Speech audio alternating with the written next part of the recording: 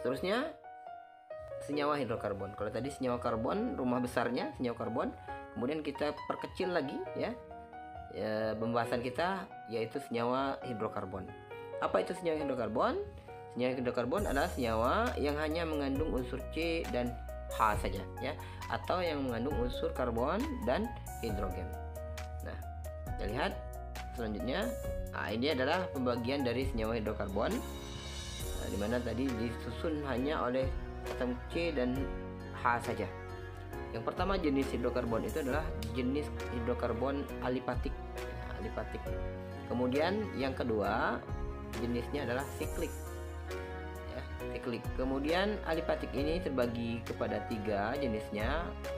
Ada yang digolongkan sebagai alkana, ada yang digolongkan sebagai senyawa alkena, dan ada juga yang digolongkan sebagai senyawa alkuna. Adapun yang siklik ini tergolong menjadi 2, aromatik dan alisiklik. Nah, apa yang dimaksud dengan senyawa hidrokarbon alipatik, siklik ya? Nah, ini kita akan bahas selanjutnya. Apa yang dimaksud dengan senyawa alipatik? Senyawa alipatik adalah senyawa hidrokarbon dengan struktur rantai karbon yang terbuka. Dan dapat kita lihat juga cirinya adalah dia memiliki ikatan tunggal ya, atau ikatan jenuh. Nah, contohnya misalnya pada senyawa alkana, alkena dan alkona. Misalnya di sini ada senyawa butana contohnya ya. Butana itu adalah senyawa hidrokarbon tergolong alkana ya, yang mempunyai atom C sebanyak 4 buah. Nah, ini adalah contoh dari senyawa alipatik. Nah, kemudian yang disebut dengan senyawa alisiklik adalah senyawa hidrokarbon alipatik yang memiliki struktur rantai karbonnya tertutup. Nah, ini jadi kalau tadi terbuka bentuknya, kalau sekarang dia tertutup, dalam artian dia membentuk siklus atau siklik ya. Contohnya misalnya begini. Nah, ini siklopropana namanya. Siklopropana, kalau yang ini siklobutana. Jadi bentuknya itu siklik ya, dan tidak terdapat ikatan rangkap di sana. Kemudian ada jenis yang selanjutnya.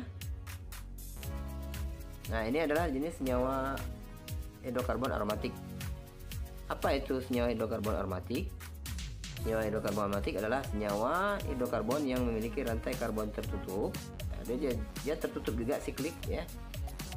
Namun kemudian dia mengandung 2 atau lebih ikatan rangkap yang letaknya berselang-seling. Nah, jadi dia mempunyai rantainya berbentuk siklik, tapi dia mempunyai ikatan rangkap yang susunannya itu berselang-seling. Contoh misalnya pada benzena dan toluen ya. Kita akan lihat ini benzena, senyawa benzena. Jadi terdapat 3 ikatan rangkap ya, yang letaknya itu berselang-seling antara rangkap dan tunggal. Rangkap tunggal, rangkap tunggal, rangkap tunggal antar C-nya ya. Ini yang disebut dengan senyawa aromatik. Kemudian contoh lain adalah toluen. Toluen ini adalah benzen juga, cuman 1 atom H-nya digantikan oleh metil ya, oleh metil, maka disebut dengan toluen. Nah, ini juga memiliki atom karbon yang ikatan rangkapnya berselang-seling. Ini juga termasuk senyawa hidrokarbon golongan aromatik. Nah, kemudian seterusnya, setelah kita mengetahui tadi jenis ikatan hidrokarbon itu tadi, kita akan teruskan kepada mempelajari tentang senyawa alkana ya. Nah, ini adalah salah satu tadi jenis dari senyawa hidrokarbon alipatik, yaitu senyawa alkana. Nah, jadi senyawa hidrokarbon alipatik itu terbagi 3 tadi bentuknya, alkana, alkena, dan alkuna. Nah, sekarang yang akan kita bahas adalah senyawa alkananya. Yang pertama kita lihat senyawa alkana itu adalah senyawa hidrokarbon jenuh. Ya, apa yang maksud dengan jenuh? Bahwa senyawa hidrokarbon alkana ini adalah senyawa hidrokarbon yang memiliki ikatan antar atom C-nya hanya berupa ikatan tunggal.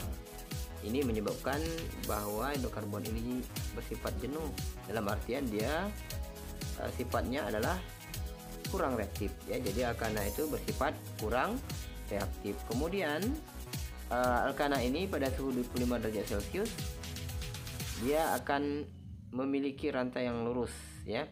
25 derajat Celcius ya, dia akan memiliki rantai yang lurus yang akan berwujud gas pada alkana yang tersusun dari jumlah C-nya 1 sampai 4. Jadi untuk jumlah C 1 sampai 4 itu alkananya memiliki wujud gas.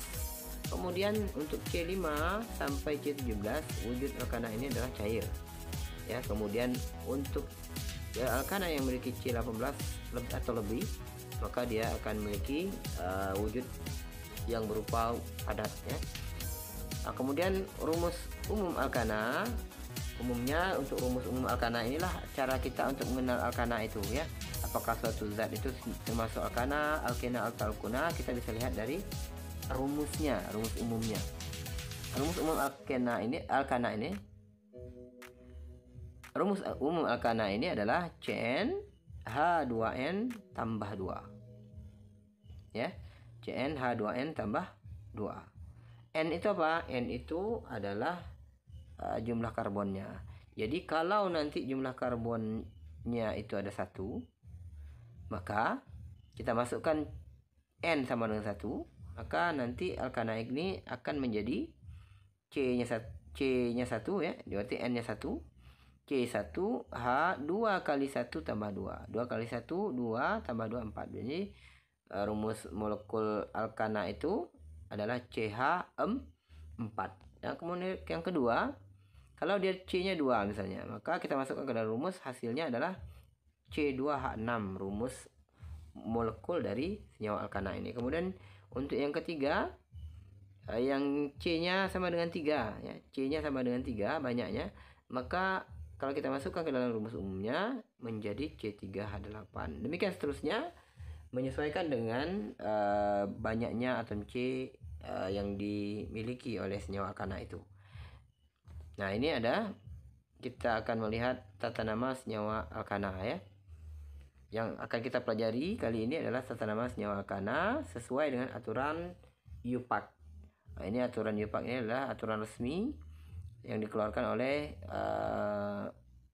International Union Pure and Applied Chemistry ya. Jadi ini adalah aturan baku yang memang dipegang oleh siapa saja yang mempelajari tentang tata nama di seluruh dunia, tata nama kimia khususnya ya. Yang pertama adalah kita akan melihat apa ketentuan yang pertama untuk kita bisa memberi nama pada senyawa alkana ini. Yang pertama adalah tentukan rantai karbon terpanjang atau rantai utama. Jadi yang pertama langkahnya kita untuk memberi nama itu, kita harus bisa menentukan rantai terpanjang ya dari alkana itu. Nah, rantai terpanjang ini disebut juga dengan rantai utama atau rantai induk ya, dikenal juga dengan istilah rantai induk. Kemudian yang kedua, selain kita bisa menentukan rantai karbon terpanjang atau rantai utama atau rantai induk tadi, kita juga harus bisa menentukan gugus alkilnya. Nah, ini dia. Alkil itu adalah cabang ya. Gugus cabang yang dimiliki suatu senyawa alkana, di mana gugus alkil itu adalah alkana yang kehilangan satu atom H-nya. Misal contoh ya. Nah, ini misalnya ada alkananya CH4. CH4 itu metana ya namanya. Kalau C2H6 itu etana. Seterusnya bisa kita hafalkan. 1 meta, 2 eta, 3 propa, 4 buta, 5 penta, 6 heksa, 7 hepta, 8 okta, 9 nona, 10 deka. Nah, itu untuk alkananya. Nah, bagaimana untuk alkilnya? Kalau alkilnya nanti ya C-nya 1 ya, dia menyesuaikan dengan alkananya. Kalau alkananya CH4, maka gugus alkil itu tadi kan gugus alkana yang kehilangan satu atom H. Maka CH3 satu ikatannya terbuka ya, satu ikatan C-nya terbuka. Nah, maka ini disebut dengan, kalau alkananya tadi metana, maka ganti ya akhiran ananya dengan akhiran alkil ya. Jadi untuk metana yang kehilangan satu H-nya disebut dengan metil. Etana yang kehilangan satu H-nya itu disebut dengan gugus alkil. Alkilnya apa? Karena dua C-nya disebut dengan etil. C yang 3, gugus alkil yang memiliki C3 maka disebut dengan propil. Demikian seterusnya ya, menyesuaikan dengan nama alkananya. Baik, ketentuan selanjutnya adalah bahwa kita akan menomori ya, menomori atom C pada rantai utama tadi. Ya, bagaimana cara kita menomorinya? Yang kita lakukan adalah penomoran itu dimulai dari atom C yang terletak paling dekat ke atom C yang mengikat gugus cabang. Jadi cabang dalam hal ini akan menjadi prioritas, sehingga nanti atom C yang terdekat dengan cabang itu akan menjadi atom C yang terkecil. Misal coba ya, kita lihat. Nah, nanti jika terdapat gugus metil dan gugus etil ya, tapi posisinya sama dari kedua ujung, maka kita ambil yang gugus alkilnya lebih besar C-nya. Jumlah C-nya lebih besar, kita utamakan sebagai atom C dengan nomor yang lebih kecil ya. Kemudian, nah ini kita bisa lihat jika terdapat lebih dari satu rantai cabang yang sama, untuk cabang yang sama misalnya ada alkilnya sama. Kalau yang tadi kan alkilnya tidak sama antara metil dengan etil. Tapi kalau dia sama, misalnya sama-sama metil, maka rantai cabang tersebut nanti akan kita beri awalan ya. Untuk dia, kalau dia samanya 2 alkil, dia akan kita sebut dengan awalan di, kemudian 3 tri, dan seterusnya sampai 10 kalau ada ya, deka gitu ya. Penulisan urutan alkil berdasarkan abjad. Jika terdapat misalnya gugus alkil itu ada metil dan etil, maka yang ditulis lebih dahulu itu adalah yang memiliki abjad yang lebih dahulu ya. Repotan. Jadi jika terdapat gugus metil dan etil, maka yang kita tulis terlebih dahulu adalah alkil yang memiliki awal hurufnya itu abjad yang terlebih dahulu ya. Misalnya etil dengan metil, yang abjadnya lebih dulu adalah etil dibandingkan metil. Etil huruf awalnya E, metil huruf awalnya M. Jadi E dulu, etil dulu, baru kemudian M ya, metil.